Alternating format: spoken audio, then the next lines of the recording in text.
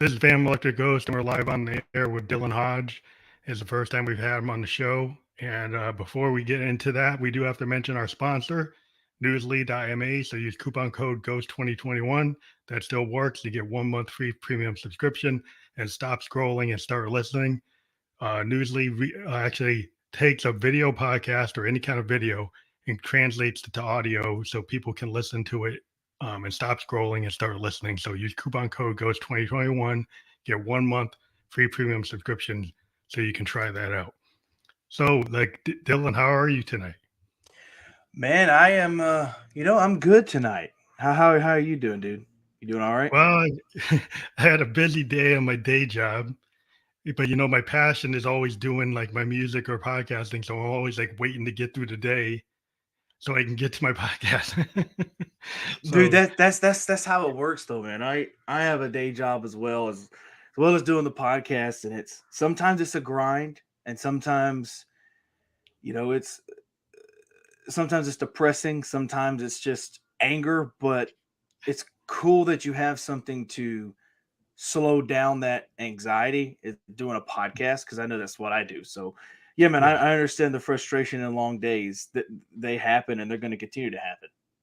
yeah, because I'm a kind of a nerdy IT guy, and I get caught up in software design, and then it gets me in my head. This kind of clears my head, and I'm getting able to get into art and talk to people. And so one of the first questions I'm going to ask you, because I usually ask like musicians, like, when do you get into music? So I'm going to ask a podcaster, when did you find out about podcasting? And then when did you realize that you could actually do it? I got into podcast late. I did not know what a podcast was. Probably, I'll say my early senior year of high school is when I figured out really what a podcast was. And that kind of morphed into me doing a podcast the year after I graduated. So you mentioned you started at 16, as we were chatting earlier. I Yes, started a year. I started a 2016. year behind you. I started in 17. Oh, wow. So I started that because I'm a music nerd. I'm a movie nerd. I'm just an all around nerd and want to know everything about everything that I love. So I love Howard Stern. I love, you know, Bobby Bones, all those types of big radio personalities I enjoyed, but there's really no college around me within the mile radius that I wanted to travel to do radio TV. So it's like, I don't think you really need a broadcasting degree. It would help. So let's just start a podcast. And that's where the podcast kind of grew from, was just being curious. Well, I think that's really cool because like I got into it, like my story was I'm a musician, and this guy who was running a podcast on a different platform that's gone now called Spearman, he found my SoundCloud and he said, "Hey, you got all these songs on SoundCloud. Let me interview you because I'm a like a DJ out of New York, and I'm Okay. doing podcasts because I want to try it out." And I said, "What's a podcast?" Like I didn't know. I said, "What's this?" I'm a musician. What's this? He said, "Well, it's kind of like a radio show." And I said, "Okay." So I came on his show, and then suddenly he interviewed me with like 5 episodes in a row because he was so interested in what I was doing. And then I said, well, Mm. maybe I should do the same thing. I should go talk to musicians. And I started doing what he was doing with other people. And that's how I got into it back in 2016. Yeah, man, that's interesting, because you put your music on SoundCloud, which is where a lot of music people go to, artists. I started the podcast on SoundCloud, and I morphed into, we were there a couple of years because we were getting, I mean, SoundCloud's a great Kickstarter for anything. So Yeah. we were getting, dude, we were getting killer numbers, killer numbers. Yeah. And Yeah. then I got an offer from Anchor, and they Yep. said, "Hey man, bring your podcast over here. You're guaranteed the many views you have plus 10 times more." And I denied it the first time. I was like, "No, I'm okay where I'm at," because SoundCloud, it's just like Anchor. It's just a broadcasting Yeah. platform. You can put it everywhere: Spotify, Apple Podcast, all that. Yeah. Yeah. So we were already on there. So I didn't really think Yeah. twice Why, about it. why you go to another one? Yeah. Right. What's the purpose? And then they were like, "Hey man, we'll sponsor you times two." will give you twice the sponsorship. And I go, because I didn't have any personal sponsors, podcast Hmm. sponsors, anything doing SoundCloud. So I was making $0. And Yeah. once they said, we're going to throw some sponsors in there, I said, okay, you got a deal. And we've been there maybe 2019, 2020, something like that. So 2 or 3 years we've been there, and yeah, man, it's That's really cool. it's still thriving, it's still going. Yeah, I got it on the platform because Spearman kind of went away. So Spearman is where and actually what's really cool is the guys at Spearman. I was doing all these international calls with bands in Germany and Australia. Then suddenly the app couldn't do it. It couldn't do the international anymore. And I'm like, what's going on? And they said, hey, we can't do it, but this Anchor FM can do it. So I was like, you guys are cool. You're actually telling me a competing system that works. And you honest that yours can't do it. And I said, well, that's pretty cool that they actually told me. You And then know, it went to I enjoy. I'm not trying to interrupt you, man. I enjoy that a business. You know, the real businessmen, businesswomen, if they say, look, we're not the best touch for you, go over here. Because you yeah, see that a lot of times in like the music industry. I mean, you mentioned you were radio DJ and all that.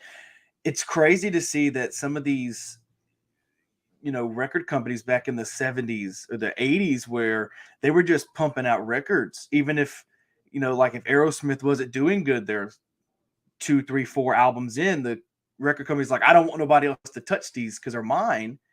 So yeah, that was we're just cool. gonna keep pumping out these Yeah, keep albums on for float them. for Yeah, but 15 that's hard. years. It's Yeah, hard, well, but the but people yeah, go people ahead. don't get those kind of deals anymore unless they Right. build like a crazy Twitter, TikTok, following, and they usually might be because of one thing. And then if they don't continue that, they get dropped like the old one-hit wonders. You Yeah, know? but now, yeah, now it's like you mentioned, 70s, they'll give you 15 albums even if they sell 1,000 a piece. But now it's like, hey, we're gonna put out an EP first, and if the single doesn't do good, we're gonna drop you like a hot towel. Like that. And it's crazy the way the music industry has went from then to now. But which is Well, that's also a why I good love thing. It can't, you can look at it as a positive and a negative, because if it was still, you know, like they were doing in the 70s, 80s, even the early 90s, where they were just pushing these people, I mhm. think the music industry would not be as a tight knit as it is with a lot of the listeners. Well, I think what's going on today is also that there's different sources, right? You have the people on Mixcloud, you have the people on SoundCloud, you got YouTube, you got these underground scenes that people can build up. And a lot of our artists like myself, we're independent. And so we won't sign with labels and I've been out since 2016 and I'm viable because I live within my range. And I've been able to go a little bit beyond my range by doing other things like podcasting and sync licensing. So a lot of us have learned, about the merch, about sync licensing with films and video games. I'm actually working on video game soundtracks. So like we have figured out how to actually make money in a world where people only want to pay us like less than a penny for a stream. We found other ways to do it. You have to be more creative. You have to Right. figure things out. Right. And I that's what I started out doing with the podcast, is doing independent people, because not just for that well, they were easy to get a hold of. I mean, you could get a hold of them just from private messages on Instagram or emails, but also it's sometimes their music is better than what the mainstream radio was Oh playing. yeah. That's all I And do. and because they don't have a record company shoving something down their throat saying, we can't say this, we can't do that. It's, Yeah, yeah. if It's I just want more to tell interesting. this, like, here's a great example. I'm a big country music guy. So there's this band called Love and Theft. It's these two guys, and they started off with a record company, and then they got dropped, and so they just went completely independent, and they put this entire album out that would not be played on any type of Anywhere. radio or have been recorded, because they have a song called Everybody Drives Drunk, which is Oh, just them nobody. saying, Yeah. Yeah, but right, that's cool. it's cool because It's cool that they it's did the, it. it's the title of the song that's pushing it. Nobody cares about the message. It's, Yeah. I had a podcast the other day with Karen Freeland on, and she's an author, and she wrote a book called The Ins and Outs of My Vagina. And But people want to play that, push that either. people, yeah, she's still getting backlash for being an independent self-publisher. And I'm like, are you serious, man? It's crazy with this cancel culture, what it's going to do. But Well, I don't want to get into all that. Yeah. But I remember back in the day, like take this job and shove it, right? There were some radio stations that thought that was too abrupt. It was too obnoxious, and they wouldn't do it. Right. Then it got so big that they had to deal with it. But there was always a problem. Like even like Lou Reed's Walking the Wild Side, he got past the censors because people didn't understand what he was saying, and then Right. the BBC played it without understanding the content. Right. And normally they would have banned it. Like it would never be able to be allowed to come out like that again. But people were able to sneak things through. But yeah, it is interesting because like I have totally focused my podcast on emerging and independent artists for the same reason you said, because I find them more interesting than what's in the top 20, 1200. I like to see people at the bottom 200, bottom 500.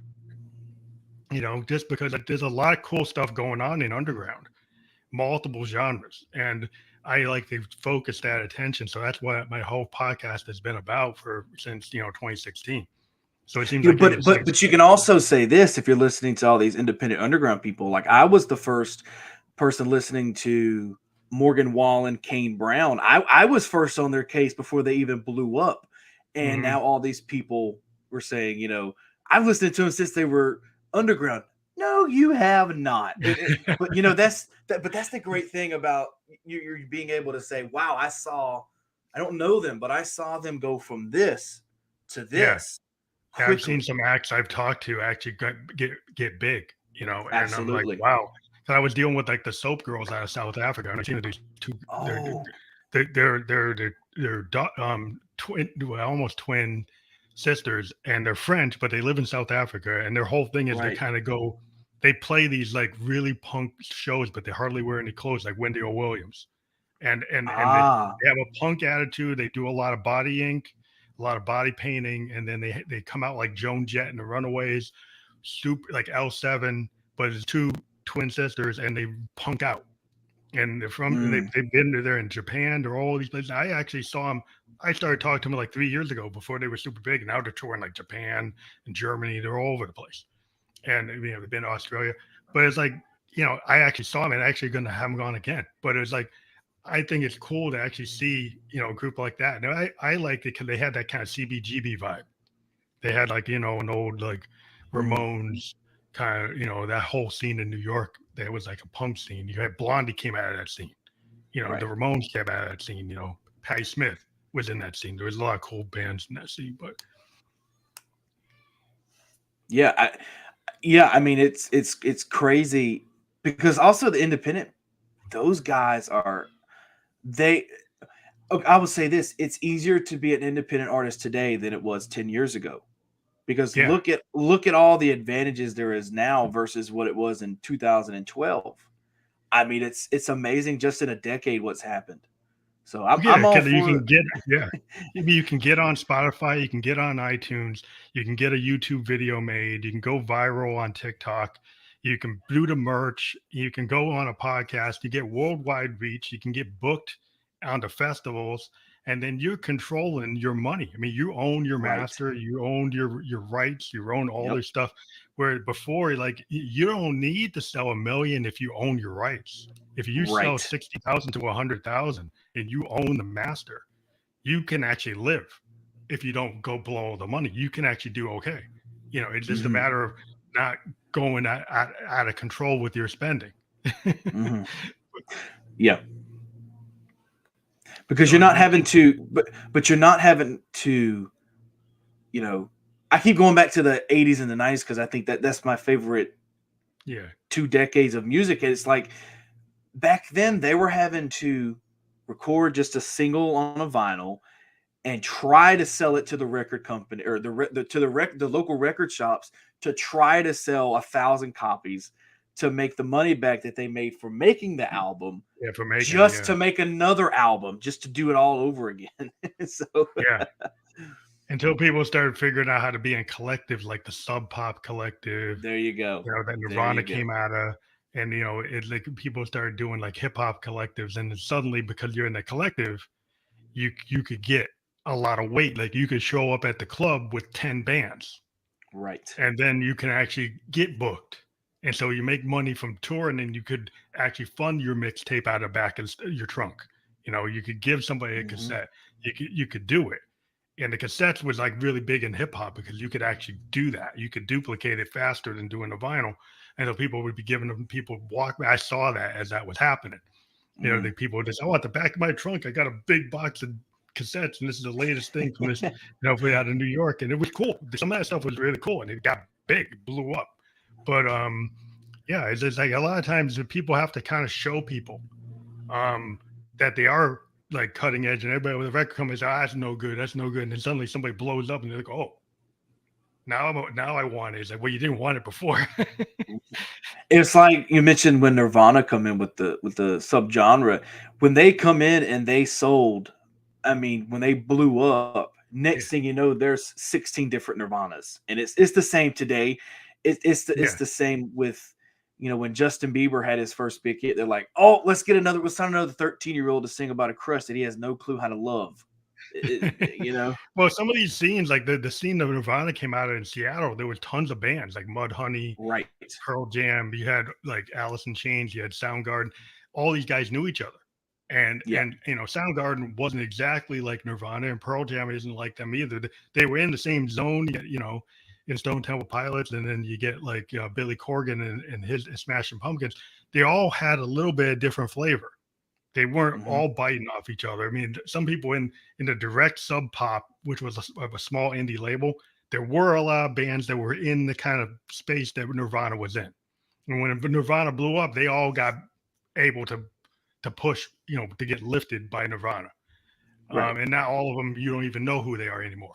But there were tons of them because Sub Pop used to just throw these tapes out with like 40 other acts on a Hmm. tape, and they just give them away, give them to people, and people are like, oh.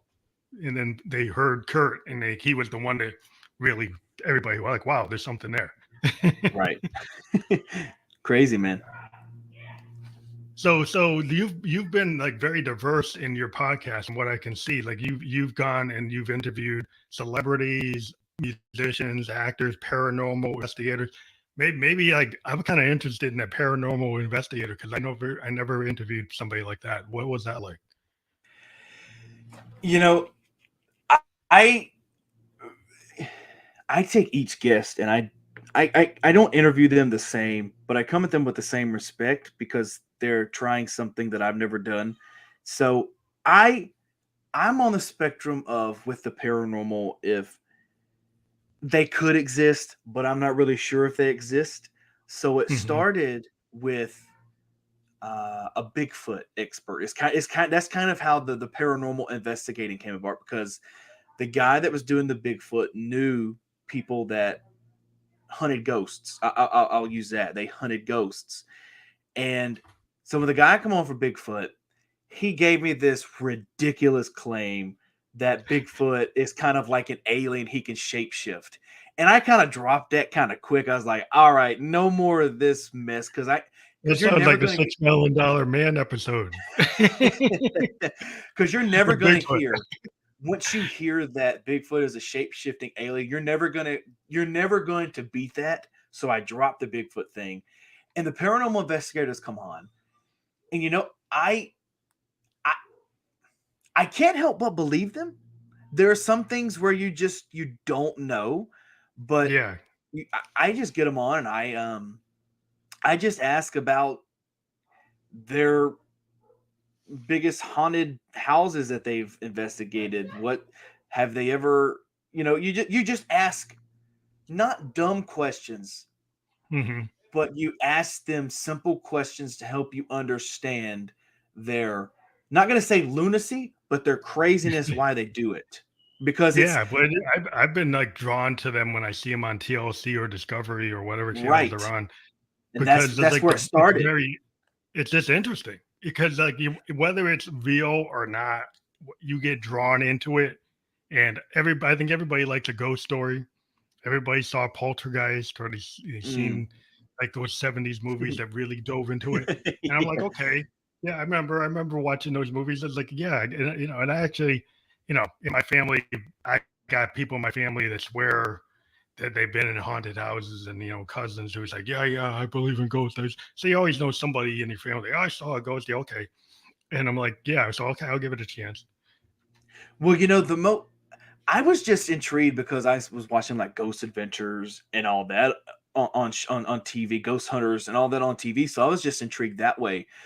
But here lately, I recorded a podcast that's coming out on Halloween Day. Just a little Halloween episode this year.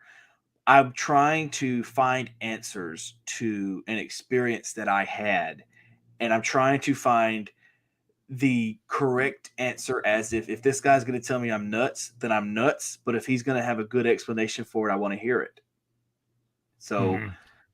that, yeah, you're kind of mature, and I know you said you've done numerous episodes since 2016, so you know how to mature with the way you take episodes now versus when you first started. Because I don't know about you, but I can't go listen to probably the first 100 of my Yeah. episodes because it's just like, oh, I can't believe I did Well, that. yeah, when I first started, I was on my phone on like Oh man. Anchor or Spearmint, and I wasn't using a mic and I wasn't using a mixer. And I go Yeah. back and listen and say that quality stinks. Yeah. And then the fact that it's not video, Mm. you just like sitting there, and sometimes you'd have a guest and they just like they didn't get the question, and there's like dead air, and they get the dreaded dead air, and you're like, oh, what happened there?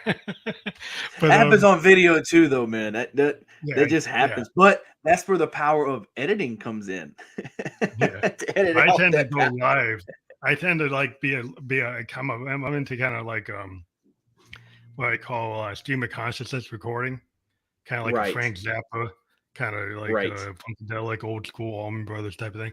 I like jam Mhm. band type of thing. So when I do my podcast, now I've had episodes I had to go edit because we had a technical problem and it glitched, Right. and they had to come back, and it glitched and they come back. So I had to go and splice them together. But I try to do just a real live conversation with no monkeying around. That's just my style. But I do get it that some people they want that perfection. But I've always been in a musician where I think part of the problem with some music today is I was watching a documentary with Elton John. He said the Yellow Brick Road, everything's second, third take. We didn't go crazy overdub going back and redoing it because we felt like Mm, we had it. And he said, "Thing about today's music is you try to make it too perfect." And I mm. would argue, like, if you listen to an album like Yellow Brick Road, and you listen to modern stuff, there's something about Elton saying just use that third take instead of using the 100th take. There's something about the Right. magic of it. It sounds better. Yeah, it's like when Aerosmith did the Permanent Vacation album, and if you listen to Dude Looks Like a Lady, you can listen to it on the greatest hits or whatever, but there's the very beginning goes blop, and it goes into the music.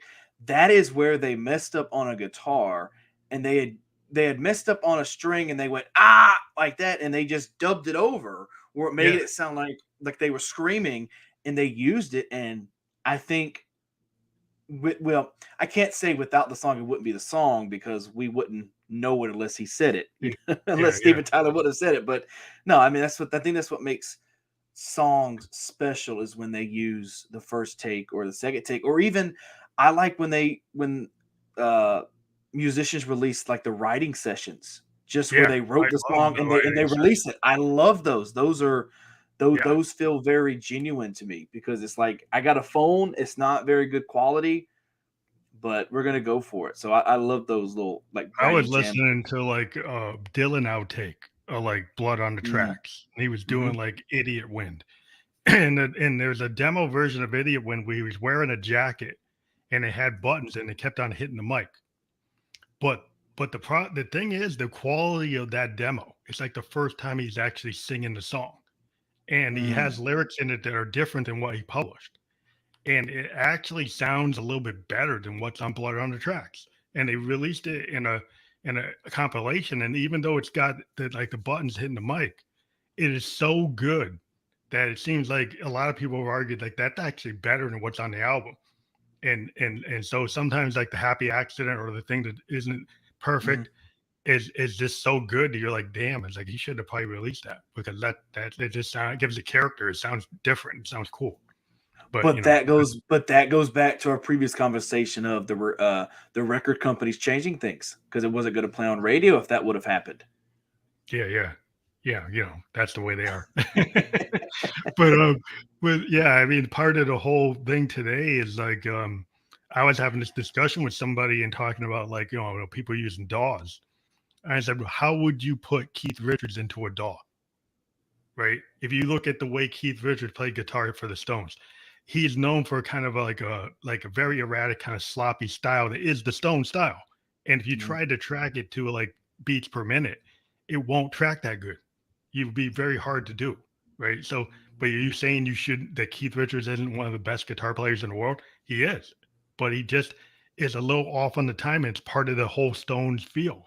If you listen to Exile on Main Street, that's why it sounds the way it does, right? So why would you want to be perfect? Sometimes being perfect is not the best thing to do. It's like I was watching a YouTube video of this girl, and she was trying to play John Mayer's Neon. And if you know Neon from John Mayer, it's that boop boop boop boop boop boop. He's playing with his thumb, he's playing with his pinky at the same time, and it's supposedly one of the hardest guitar licks to ever play. And she couldn't get through it, and she's like, it's all about being out of time. He's out of time, out of sync the entire time because because if you would put that up with the drums, with the pianos, it wouldn't sound right. So if you have the pianos come in 3 seconds later before the guitar part, then it sounds completely like Neon. I don't have that mind. I don't have that musical mind to think, oh, what if we just put this 6 beats ahead? Ain't no way. I just enjoy music. But it's crazy to think that there's people's minds that think like that. It's crazy. Yeah, well, you think about like guys like Keith, and if you think of a guy like Keith Moon, right? From the Who, I always try to tell people like he is not a time drummer. Keith Moon would solo through the whole freaking song, right? And him and Entwistle are both soloing in different ways, right? So the Who is one of the most interesting, complex bands ever because the drummer isn't keeping time. The bass player isn't keeping time. It's actually Pete Townsend with his chords that's actually keeping the time, which makes them sound like kind of like a punk band, and they are. It's kind of like the birth of punk type of sound. They're very loud, very chaotic, because the fact that they're all kind of going off like a jazz fusion band as a rock band and kind of bouncing around and Keith Moon doesn't play like Ringo. He doesn't play like Bonham. He doesn't actually keep the time like a normal drummer. He's just soloing through the whole damn song. That's not what he did. And I thought that was fantastic. And I always try to get drummers say, listen to the Who, listen to this Keith Moon track, try to play like that. Because I love the kind of nature of it that was very much like fusion to me. And I like that type of dynamic because it's chaotic. And I like things that are a little bit off. So, but I think it's like kind of similar to what you're saying with John Mayer, what he's doing that's very complex. It's hard to actually play what Keith did because he was not like a normal drummer. It's hard to find like, oh, he has so many different variations going on. How are you ever going to match that? Yeah. It's like when Jimi Hendrix, he was one of those that plays a right-handed guitar, a right-handed guitar, left-handed, whichever.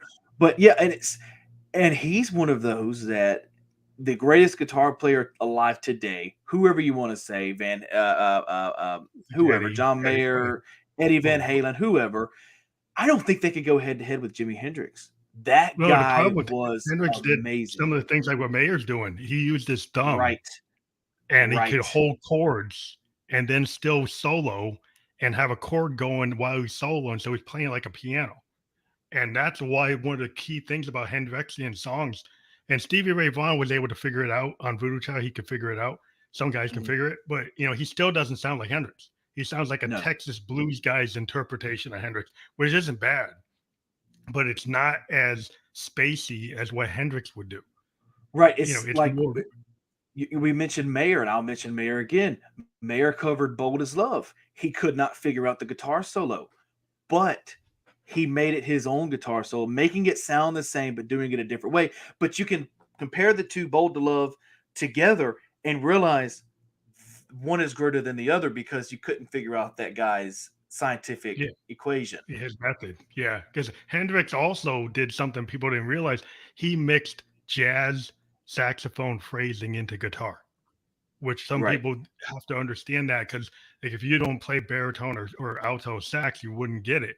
But somehow he was able to pick like Coltrane like lines and Mhm. throw them into his lines on top of being able to do chords and fingering solos at the same time. And so when you look at the whole picture of it, it's fantastic. That's why not a lot of people can match it because he's coming from like a blues standpoint, like a Mhm. psychedelic standpoint, classical capability, and then this jazz influence from like horns and throwing wind instruments into a guitar.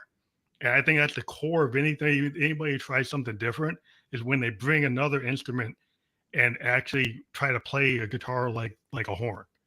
And Mhm. then when they do that, it becomes significantly different than anybody else because nobody ever thought to do that. Right. Yeah. But that's kind of like the whole. I'm a big, music producer, kind of head thinker in terms of like people's different styles and looking at guys like Davis and Coltrane, Santana and Townsend, Van Halen, anybody who's good. I don't really care where it comes from. I will listen to hip hop. I'll listen to jazz, classical, anybody that does something that's technically really unique. That kind of drives me as a producer. Say, you know what? Even if you don't like Johnny Cash, the fact that they can make the guitars and the drums sound like a train, that was his Right. thing. That he could do that train sound. They That's could the do whole kind of outlaw right. thing, you know. It's like when he was going the. Yeah, it's like a I've train. never Like you heard. can I've never heard that in any other song. I don't think other than Johnny Cash. I may be Cash is the wrong. one that he liked it. He used to make his band go that way. Yeah. Later he got out of it because he's like, well, I did it too many times. So he went into something else. And so he would kind of created that at the beginning. And then later he realized he kind of tapped it out because he did went as far as he could with it. But it's really fantastic. And then went with Rick Rubin when at the end of his career, he started doing these Rick Rubin albums, the Cash albums, and those are fantastic. Man, They're as those good as some of the early stuff. they may. I'm not going to say this. They may even be better than some of the early stuff. I Oh mean, yeah, they're really holy great. because you can look at the 1950s, 1960s and go, music's not for me. That's fine. I happen to like that type of music. But when Yeah. you look at someone as iconic as Johnny Cash, and you look at the first couple of albums, Cry, Cry, Cry, Get Rhythm, all those songs, Folsom Prison Blues, Oh yeah, I and then love you that one. put it up and you put it up to like Hurt, Well, and Hurt you is go, and fantastic. you go, oh my God, the same guy that did that covered this song, and it's like it's iconic because because I you know I grew up in the early 2000s because I'm 24, so Mhm. my friends growing up did not listen to the same type of music I did. I Yeah. was considered some of the outcasts because I listened to the older stuff, and they thought Hurt from Johnny Cash, they thought Johnny Cash was just this newcomer and he was just happened to be a 90-year-old newcomer, and I'm like, You didn't are know you the fucking you are didn't you know the fucking kidding me? It's like, you are know the you Man in kidding me? Black? You don't know the Man in Black? Well, I'm 55. I'm a child of the '70s, so I have a really wide breadth.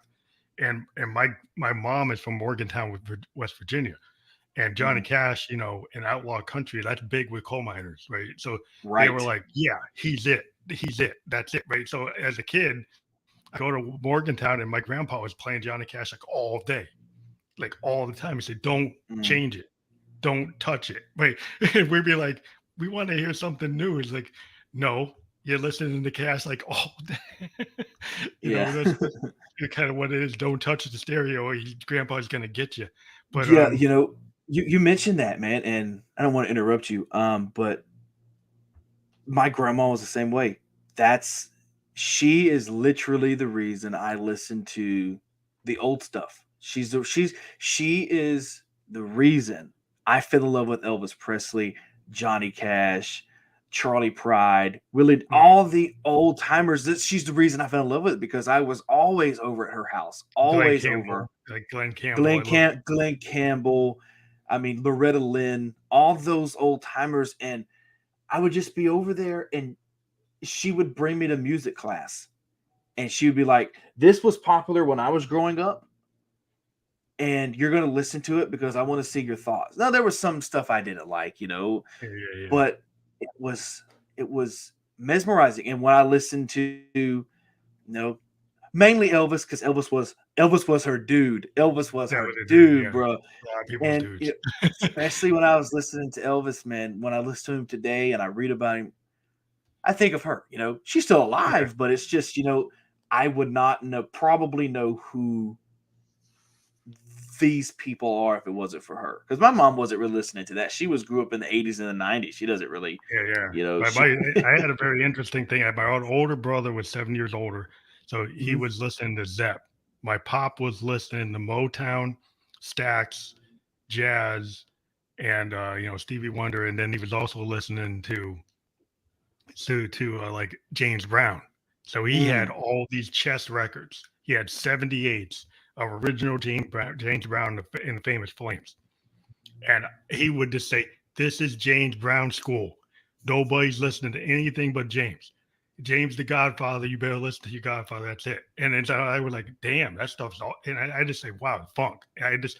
I got really into funk, and then anybody that was doing funk, from Curtis Mayfield to Prince to Funkadelic, Parliament, I got very much, because funk is like, it's jazz, it's blues, it's psychedelic, it's like all over the map. It's like it can include, like, if you listen to a band like Parliament, Funkadelic, they're everywhere. They do soul, they do hip hop, they did a hip hop before hip hop. They hit everything. I mean, Hazel could channel Hendrix. Bootsy Right. was like one of the best bass players like in the world, and you had Clinton writing this crazy music and these crazy lyrics. They inspired like everybody, from Prince to all the hip hop early bands, and it's all Yeah. funkadelic. And I think everything comes off of blues, funk, and a little bit of disco. Everything has everything mixed in. Whether the diehard, I live in the 50s, and that's real music, not this new Mhm. crap we're listening to today. That still has a little bit of everything in it. I don't care what anybody Yeah. says. It No. Yeah. every genre of music is formed from another genre of music. Yeah. I mean, that's like everything that we listen to. I mean, like rock is based on the blues, Right. and and based on like taking soul and blues, and then taking what those blues guys in the Delta were doing and extending it. That's what that's what like Jimmy Page did with Zepp. Mm-hmm. That's what the Mm-hmm. Stones did. Mm-hmm. They all kind of, even the Who, they took a lot of blues and then they kind of rockified it and gave it a punk attitude. Mm-hmm. And so Yep. it's always been that way. And even Hendrix is the blues, but it's like space blues. It's like Yep. cosmic. They go like cosmic blues, because he would Mm-hmm. go in these directions that ain't blues. He was doing like progressive rock, like a Genesis. Like if you listen to Electric Lady, he's got these songs that are like he'd used a synth with his guitar is like a synth. He's like doing these very expansive things that's not really blues. It's like these very expansive songs that maybe he started with blues, but he went into this different zone. Yeah. It's crazy. It's amazing what people will learn if they just get out of their own headspace and learn. Yeah. I mean, I think that whole thing, I like talking about people who are willing to try, because I think you're a cover band, or you clone like the top 10 producers, and everybody thinks they need to use the same splice Mhm. and the same 808s and 909s, whatever. They need to use the same things because that's what makes a hit. And you get the guy that will be like the Brian Eno or the Bowie, or somebody's going to do something different like a Zappa, right? You get the guy that says, "I don't care about being popular," and then they still get to be popular, right? Right. Because they Mhm. take the risk of doing something against the grain, and then suddenly that becomes, and then you get tons of clones. But like you get the Freddie Mercury says, "I am going to put out Bohemian Rhapsody, even though the record company don't want me to do it." He went and did a video. and they did not want to Mhm. release that. And he actually made the video. He paid to get it done, and then it got pushed on so many radio TV stations that it forced the single because he Yeah. believed it, you know. And he went and did something that was against what the record company wanted. They said, "Oh, it's too long." Yeah. But I mean, you get the same thing with the Eagles with like Hotel California. That's too long. But look at that song. If Look at it. Yeah. it was up to the record company, they wouldn't have put it out. Yeah. And then MTV kind of came in after that, like with I know Thriller from Michael Jackson. That's like a 14-minute video, a 14 Yeah, they minute mini forced it. movie, Yeah, and they they forced it. just they forcing it. They're like, fine, radio's not going to play a 14-minute song. Well, shit, we're going to play a 14-minute video. Here you go. Yeah, I mean, people today are still back in this idea that you can't have these long songs. So everything's like 2 minutes and 30 seconds. And they forget the songs from like Yes and Genesis and Styx and you know, all these bands. These songs are more than 2 minutes. They're 5, 6, 7 minutes. You know, the Stairway to Heaven. Well, How long? it's also because today I'm still like, man, this song's 5 minutes. They could have ended it a couple minutes ago because we're just so immersed in social media.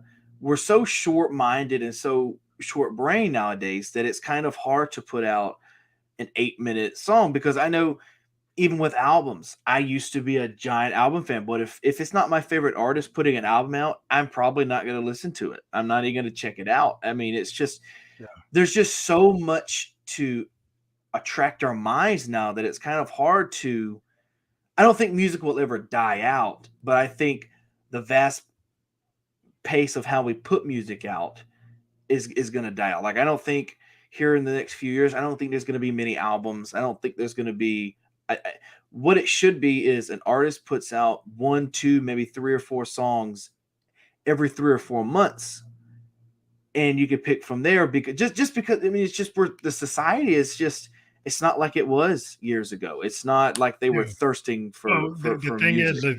that it's really interesting. Like in the rock world, in the top 10 world, that's the truth. But if you actually check in the hip hop world, people actually are putting out concept albums like Kendrick Lamar and Tyler the Creator Right. and people like Earl Sweatshirt.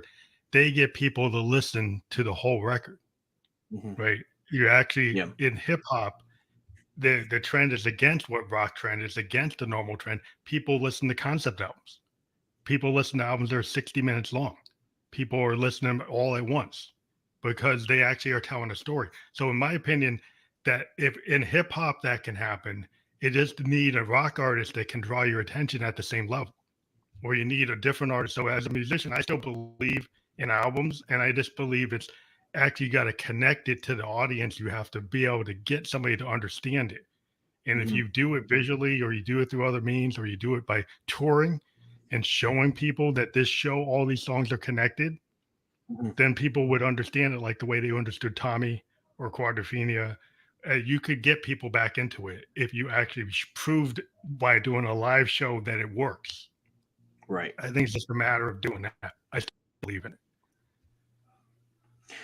I mean, I'm all for concept albums as long as They got to be good. that's what I was gonna say is as long as they are up to par for what they're gonna be, and it can't be just some random Nickelback can't come back and go listen to this. We got a concept album. It has to be somebody somewhat new that is close to blowing up to create this concept album that's going to change the genre. You know, Yeah, I mean, you just gotta get the right kind of people. Like Metallica, right, you know, they were able to get people to be into their whole record. right, Metallica fans will listen to the whole record. They put it out right right, now, they'll listen to the whole thing. There's some right. bands like the Pearl Jam fans will listen to the whole record. That's just what they are. They're like deadheads. They'll follow Pearl Jam everywhere. And they'll go to 3 shows in a row. They'll go 3 shows night after night just to go see Eddie do what Eddie does. But that's like you get fans that will be like, you know, Grateful Dead fans. They'll be into it. So you have niche markets like Wilco fans, Radiohead fans. Maybe they're Mhm, not the biggest bands in the world anymore, but they still have a fan base that likes to listen to it that way. So sometimes it comes down in size that you don't get like the big Zeppelin size fan base. but you do get Right. a more manageable base that would be into that. But it's not blowing up at the level you want until you get a guy like Kendrick Lamar and like Butterfly.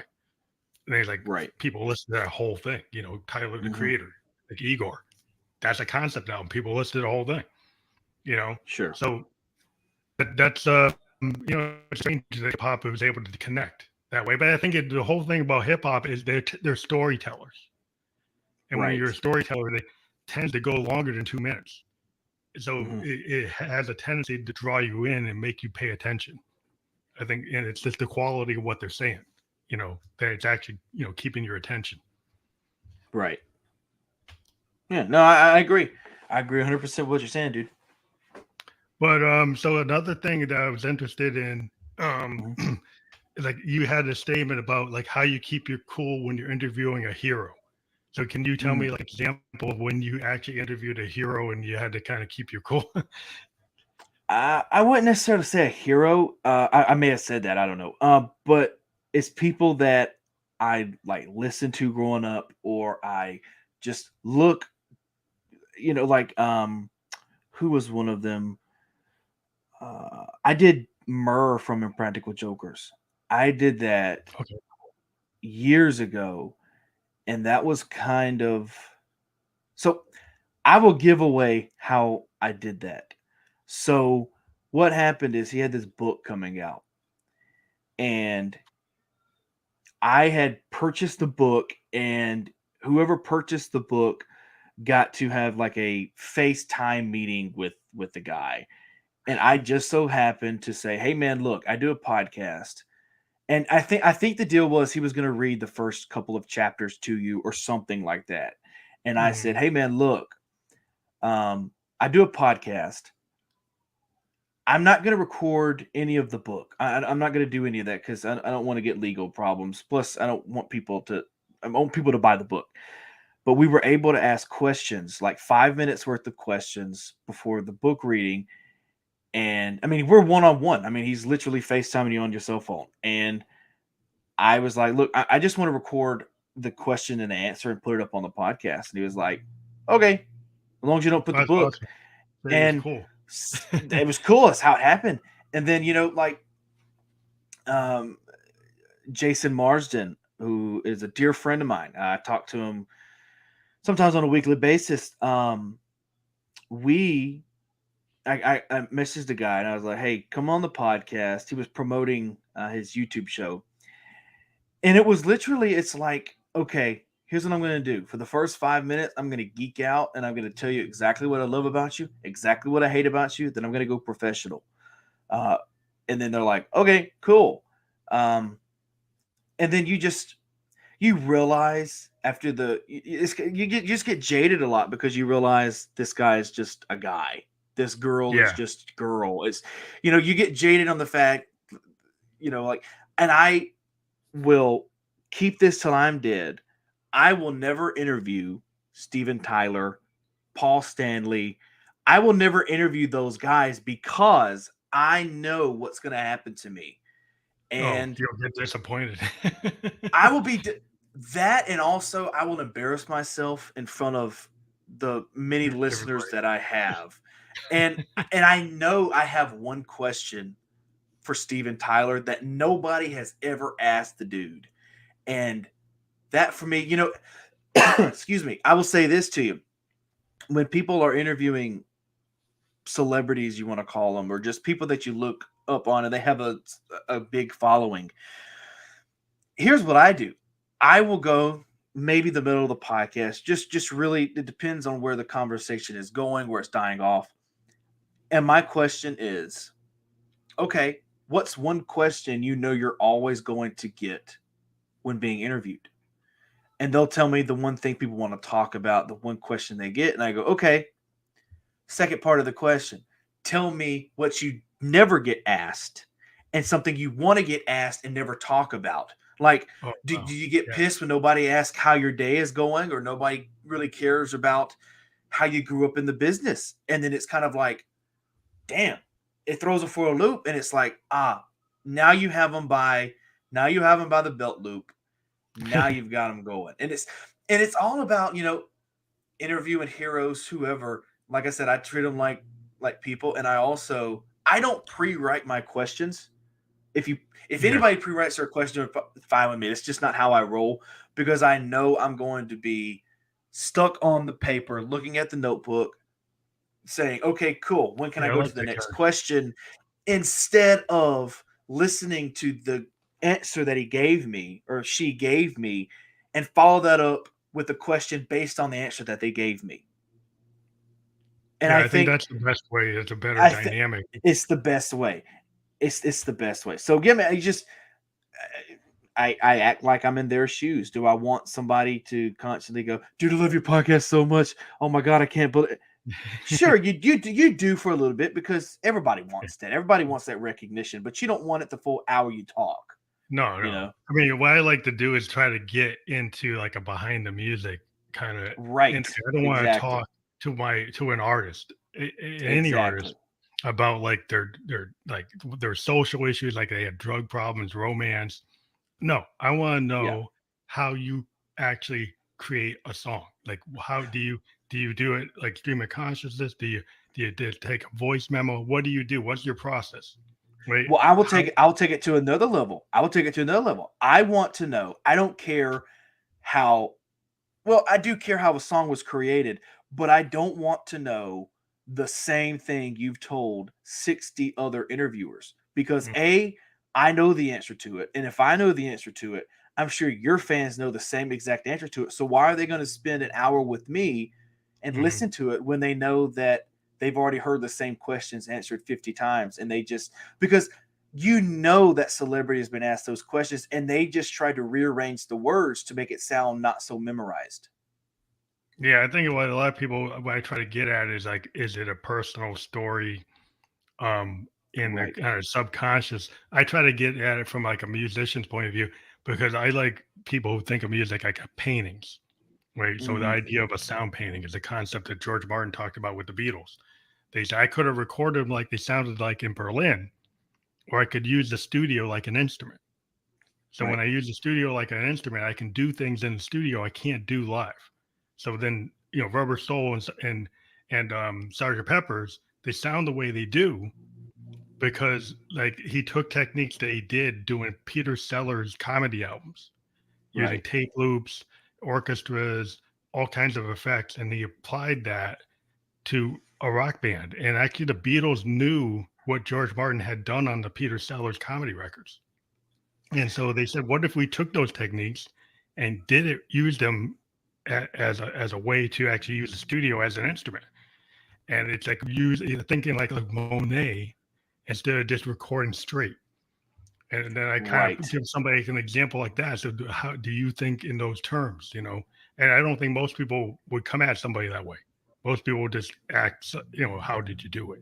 What was Right. it about your girlfriend? Was it about your husband? It's like I come at it Yeah. from a kind of existential kind of ideas like, is it a sound painting? Is it like a stream of consciousness? Or was it coming from Right. that kind of Right. space? It's like when Kiss did Kiss Alive, and they were dying, man. They were dying as a band. They weren't selling. They couldn't do anything. But they went Yeah. to the studio and they said, "Okay, let's add some fake cheers in. Who cares? Nobody's gonna know. They weren't there." And they took off. And they took the studio for granted the best way possible. They worked their magic, and Kiss is Kiss today because of Kiss Alive. And it's just, they were not, and I look at people that, and I know all artists crank the audience up during like live studio albums or something. I Yeah, they know they push do it. that. Oh yeah, they do I that. I don't I don't feel that's genuine, but who am I to say? Well, Pete Townsend is famous for doing overdubs on Live at Leeds. Like Yeah. it's supposed to be the Who's best live album. Then Pete actually admits it's not all live. I actually didn't like what I did, and I overdubbed the solos, or I went Hmm. and had Roger do the vocals. Hmm. So it's not a pure live album, but it's Yeah. considered like one of the Who's best live albums. But it's not Right. really live because Right. he's a perfectionist, and he couldn't stand leaving it the way it was, so he Hmm. went in and changed it. Hmm. Right. But typical Pete Townsend, I mean, I love him, but he has a tendency to kind of do that. But that's his style. That's just the way he is. You just have to Yeah, love him. man. Absolutely. But I think it's really cool in terms of like how you are able to get all these different types of people on a show, because a lot of people try to pigeonhole you. I don't know if you know, but like musicians, they try to throw us in a genre. Say, hey, you're Hmm. electronic, or you're trance, or you're trap. Hmm. But because you're doing like a very varied show, do you ever like get people who want to say, well, what's your real core genre? But you're kind of like doing whatever you want to do, right? No, I don't get people because when I go at them, I say the podcast is entertainment centric. So they Okay. know either way, it's all entertainment, no matter what it is. But no, I mean, I had people email and ask, hey man, why don't you go back to your roots of music? And I do at some points, but also you have to look at the numbers. If the musical guests aren't doing as good as an author, a motivational speaker, paranormal Mm. investigators, whatever you have, you're going to stick with the one that's getting the most numbers while throwing in a little bit of sprinkle of the older stuff as well that you used to do. It's just you learn. And I was just throwing all these artists on one after another. And then I just kind of got burned out. And I said, I got to do something different. And one of my heroes, Chris Jericho, he was like, hey, man, I love music, but guess what? I'm also a wrestler. I'm also all this interested in all these different things. So I'm going to put it in my podcast. And I just kind of stole his idea and put it in mine. Well, that's what I've actually kind of opened up to, talking to influencers, actors, Mm-hmm. painters, vocal coaches, SEO experts. Because then I said, well, you know what? If I talk to an SEO expert, everybody needs that to kind of get bigger, right? So that's not a bad Right. thing. Talk to a vocal coach, that's not a musician, but that all the musicians are like, wow, I got a free lesson.